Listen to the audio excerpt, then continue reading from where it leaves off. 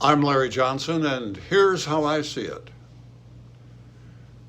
A lot of folks right now are experiencing the terrible pain and sadness of loss.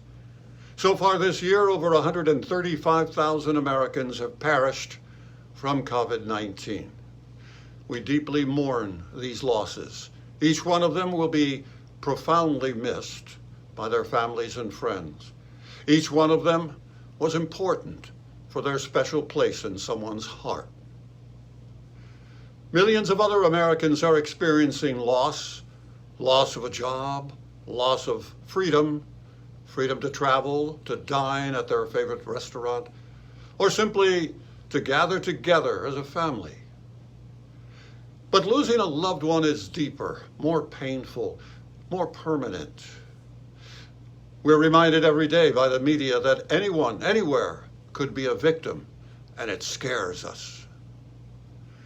20 to 30,000 Americans each year die from influenza. Thousands more from vehicle accidents. Thousands others to gun violence, suicide, and accidental shootings. But something is different about those who died from the COVID-19 virus. They somehow are more random, more egalitarian.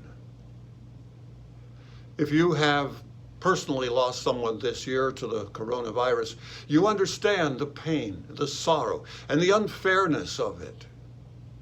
Losing a friend, a spouse, a child, a grandparent is so much more emotionally traumatic and powerfully disruptive to our lives.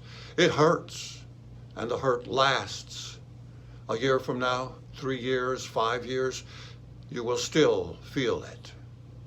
You will still grieve, and you will still remember them. You want to remember them, and you should. Searching for an appropriate quotation about loss, I came across this passage from Gates of Prayer in the Judaism Prayer Book. In the rising of the sun and in its going down, we remember them. In the blowing of the wind and in the chill of winter, we remember them. In the opening of buds and in the warmth of summer, we remember them. In the rustling of leaves and the beauty of autumn, we remember them.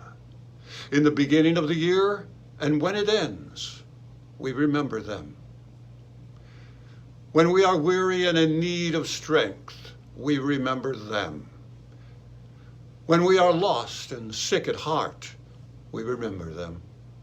When we have joys we yearn to share, we remember them. So long as we live, they too shall live, for they are now a part of us as we remember them. I'm Larry Johnson. Until next week, stay well.